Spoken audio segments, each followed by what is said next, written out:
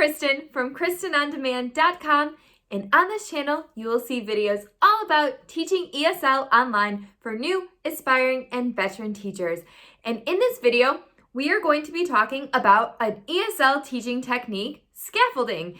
So stick around, I have my top tech tips for you. Here we go. Okay, first of all, I've been getting a lot of questions about what you can do to bring a lesson to a student's level. Now, of course, when you are teaching a student a lesson, you are hoping that they are at the level of the lesson, of course. But not every lesson is catered to each student specifically. So there are going to be some parts of each lesson, not even the entire lesson, but parts of a lesson where you are going to have to meet the student at their level. And that's where scaffolding really comes in. It is meeting the student at their level with the lesson and with the material. So what can you do if the material is maybe slightly too hard or too aggressive for the student, or maybe it's a little too easy and you want to challenge that student a little bit? That's where scaffolding comes in. And like I said, you can make the material a little bit easier or make it a little bit more challenging to, again, meet that student at their level. So what are some things that you can do? Number one. Okay, so my first tip I touched on in my pacing video. If you haven't checked that out, I recommend it.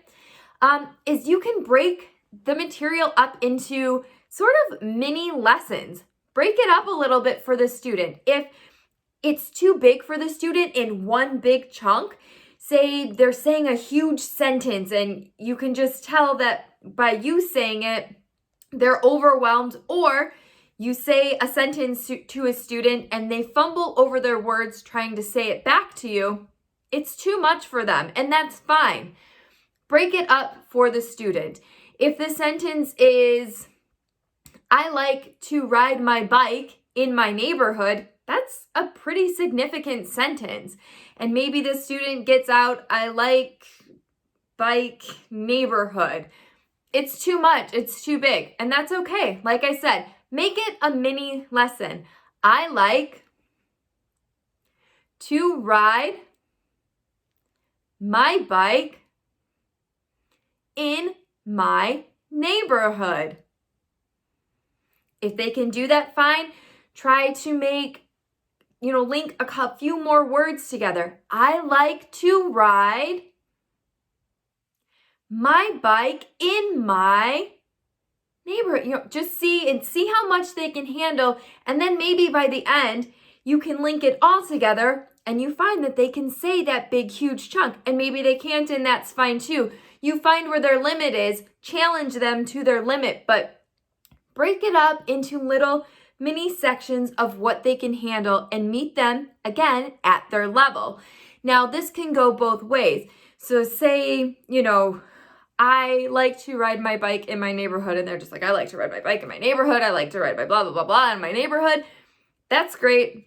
Challenge them with something else. Ask them a question. What else do you like to do in your neighborhood? Get that conversation flowing. Challenge them with conversation to extend a little bit on that lesson and just get that conversation flowing. And that's how you can scaffold up on that section of the lesson should you choose to. Because obviously the longer sentences are not a problem for them, and the student can probably handle a little bit more, maybe even a little bit more conversation. So again, you can scaffold up a little bit and see if conversation is something that they can handle, and you can meet them, again, at their level. Okay? Number two. Okay, another thing you can do to scaffold a lesson for a student is to model or demonstrate what your expectations are for the student so that they know. Maybe they get to a slide and you're talking, you're telling them, and maybe to you, it's very clear what the expectations are on that slide. There's a slide and it's, just matching the word to the picture. And you're just thinking, oh, this is very straightforward. Maybe to that student, it's not. So maybe do the first one for them, a picture of shoes and the word shoes, just shoes, and draw a line for them. And then maybe they'll click and be like, oh, I'm supposed to match the picture of the item to the word, and then they'll start doing it themselves. That's one way to scaffold or demonstrate what is supposed to be done on this slide so that they know what your expectation is, and maybe they just needed that, just to have it click for them what your expectation is and what is to be done for them. So that's another way to scaffold the lesson for them. Demonstrate, model. What is your expectation? What do you expect them to be doing on the slide? Okay? Number 3. Another way, before I get into number 3 actually, another way that you can demonstrate is when they're reading and you're doing comprehension questions at the end. A lot of students, not a lot, but some students really struggle with comprehension questions at the end of something that they've read.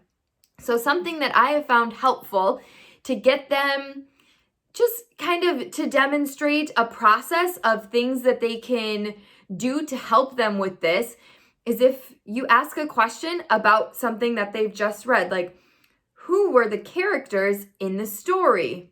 And they're just sitting and they're staring at you blankly. You can just sit and let them think. Obviously, give them time to think, because maybe they really are trying to think about, who was in the story. I'll ask questions to get them thinking. Was this person in the story? Even though I know that they weren't. Was this person in the story? And I know that they weren't. Or the question was, what were they doing in the story? And if they were roller skating in the story, I might ask, were they swimming in the story? And they can say, no, they weren't swimming in the story. Were they cooking in the story? No, they weren't cooking. That gets them thinking, like, what were they doing in the story? Just to kind of give them my thought process, what it might be, to help them with comprehension questions at the end, to demonstrate a thought process as far as comprehension at the end. That is another way that you can model things as far as scaffolding, to help them try to come up with the answer on their own by asking other questions to help them get to the answer on their own. Okay, so that's just a little extension piece on number 2. Now I am ready for number 3. Here we go. Okay, number 3 might seem kind of like duh, but try to come at things from different angles. So if you're telling them something and they're just not getting it, maybe try to come at it from a different angle if you can. Props can be super, super helpful in getting your point across. Maybe what you're saying isn't coming across. You're saying, that a creature that lives in the sea is an octopus. And they're like, okay, octopus. And you're like, you just keep saying it. It's an octopus, an octopus. And they're just like, I have no idea what an octopus is. So then you bring up a prop, an octopus, and you show them a visual of an octopus. And they're like, okay, I've seen that. I know, now I know what an octopus is. Just trying a few different ways. Not everyone is a verbal learner. Some people are more visual, and you will get to know your students. It can be harder if it's a student, obviously, that you've never taught before, to know how best to reach them, how best to get through to them. But that's another thing, another, way to scaffold a lesson is to find out, you need to meet them at where they want to learn and how they learn best. And that, again, is done through trial and error. You'll try one thing, okay, they're not getting it. Let me try something else. You just have to be this magician that is just able to pull a few different tricks out of your hat and just see how best you can reach that student. So that is my tip number 3. And as always, you want to be checking in with your student throughout the lesson.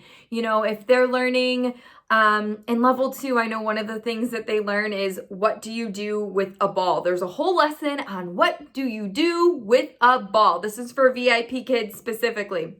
What do you do with a ball? And the response that the children learn is, I throw a ball. So you learn it, and then that they learn the response, and then the lesson kind of moves on. I always try to come back to that though, just to kind of see where they're at with it. It's like, oh, what do you do with a ball? I throw a ball, and we do it. And then the slides kind of move on to blending or other things. And then randomly I'll come back and I'll check in with that student. Bao, what do we do with a ball? And then just see where they're at with it. And they're like, oh yeah, we throw a ball. Or if they don't remember, I remind them, because that's one of the key things I want them to get from that lesson. It's one of the big question and answer sentence frames that they're learning. So that's another thing that you can do for scaffolding. Just make sure that you're checking in with the student, especially on key concepts that they're learning throughout the lesson. Check in with them. See how their comprehension is, and if it's not there, that's okay. Just hit it again. Hit it again until you know that you've driven that home and that they're understanding. And if they're still not by the end of the lesson, just make sure that you put it in the feedback so that's something that they can practice at home. I get the teacher tag on my feedback for scaffolding all the time. So I know that these tips, they work and parents appreciate it. So you're in good hands. If you follow these little tips that I'm giving you, it's going to help your students a lot, and your parents are going to appreciate you for it. So I got you. Okay. And as always, just make sure that you're praising your students for a job well done. And I hope that these tips and tricks on scaffolding help you in your lessons, help your baos to be successful, help you to be successful teachers for your baos. And if you like this video, please subscribe for more videos like this, and I will see you next time. Bye-bye.